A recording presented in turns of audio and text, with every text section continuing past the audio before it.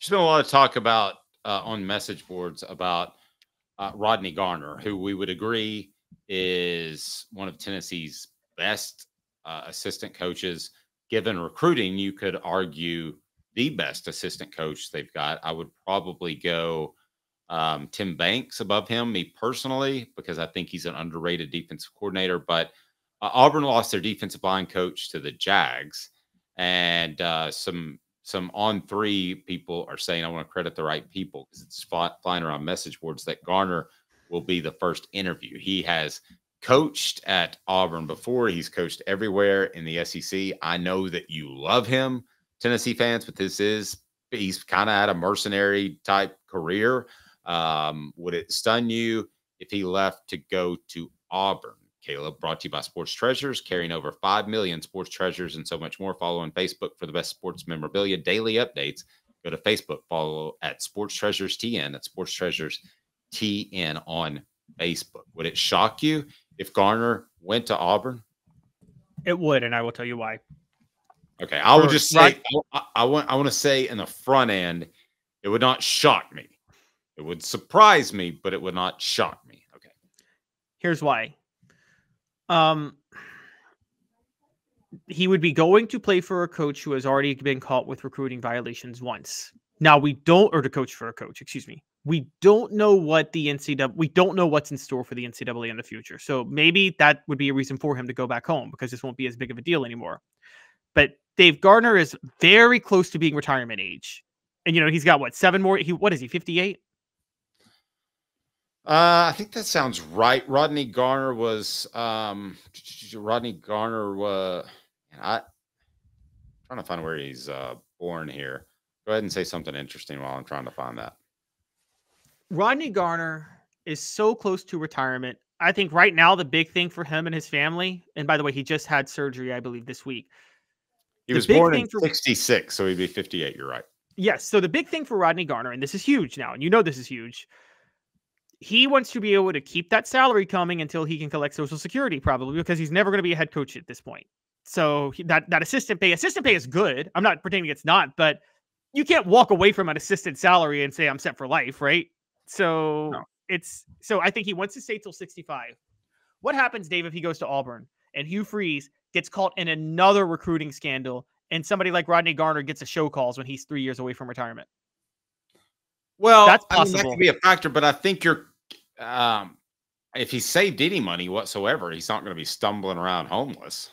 No, but he'd rather collect that couple $100,000 for 3 years from 62 to 65 is significant in what you're trying to do, isn't it, for your life? And I believe and so I think aren't Gardner's kids grown now? Didn't he have kids, and aren't they grown? I would assume they are, given his age. Yeah, he has one, I believe, that might still be in school at Tennessee, as a matter of fact. So that would be a factor as well.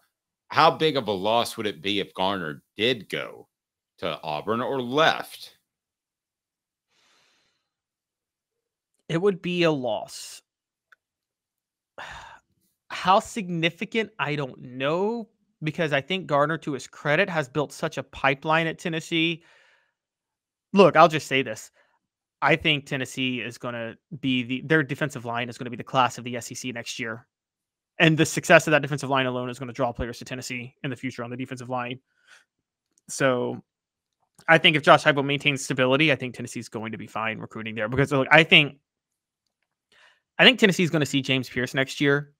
They're going to see Amari Thomas, and defensive linemen coming out of high school are going to be so in awe of what they're able to do, particularly when Nico gets them big leads, that there's going to be a desire to come to Tennessee.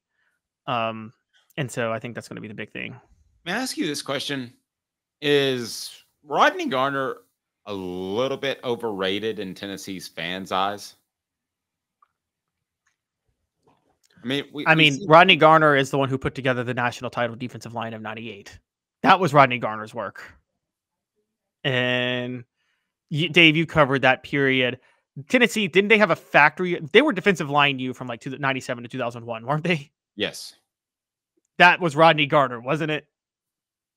And yeah, it was. And Derek points out the success that Tennessee's had on defense has only been on the defensive line. But I want to play devil's advocate for fun a little bit. Isn't James Pierce just an elite player? And won't he, by the way, hit the like and subscribe button. If you hadn't hit the thumbs up, I'd greatly appreciate it. And when you talk about other guys they've had on the interior, aren't they just talented athletes? I mean, I think there's something to be said for developing certain positions, whereas you just have to have the talent. Now, what would scare me if I'm a Tennessee fan is not losing Rodney Garner, but replacing Rodney Garner. That would be my biggest concern. And the reason I believe that is because you have to have a coach that can work with another defensive coach that has an unusual scheme in Tim Banks.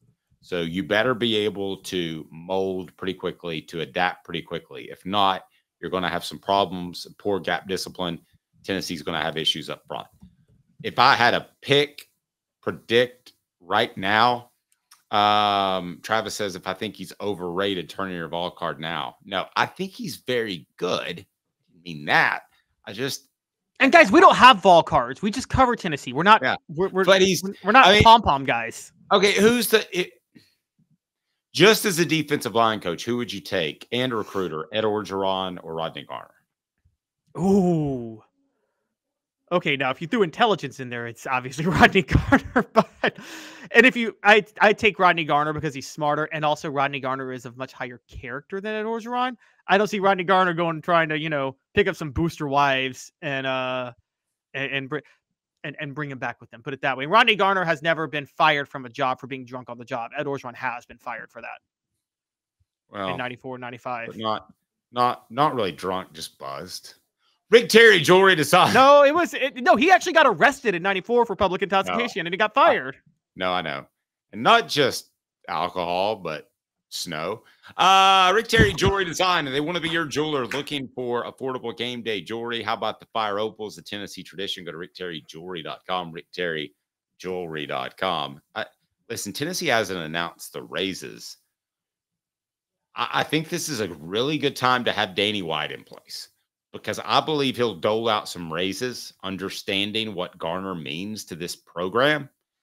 And that comes after a season in which Tennessee did about as poorly as it could do. 8-4 to me was the basement. That's still good. That's still trending in the right direction. Don't get me wrong.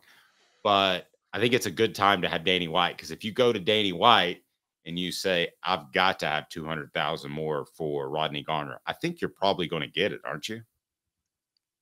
Yeah, I think you're going to get it. I think you'll get it. And honestly, here's what they would do. They'd rather be one staff member short. They'd rather just nix Willie Martinez and say, hey, Tim Banks, take over the whole secondary. I mean, rather than get rid of Rodney Garner. I think that here's the underrated part about Rodney Garner. Edge rushers is one thing. It's Josh Heupel's scheme that allows edge rushers to thrive. You and I kind of agree on that, right, Dave? Yes. Okay. What is all a reflection of Rodney Garner is that the defensive tackles are more than serviceable. And that's hard to do in Josh Heupel's system, because they're going to be on the field a lot and they're going to get tired a lot. And they are being more than serviceable is a big accomplishment for defensive tackle in this system, isn't it? Yep. Very, very fair. I think Garner stays. I think if I'm Auburn, he is the first person I'm calling to interview. And I think out of most SEC schools, maybe other than Georgia, he's the first guy you call. So if you got a defensive line opening, you would call him and then see if Ed Orgeron is still stumbling around Destin, having a good time, or if he actually wants to coach again. But Derek asked, what would have Garner done with Barnett and Kongbo? Yeah, I think that those guys would have been.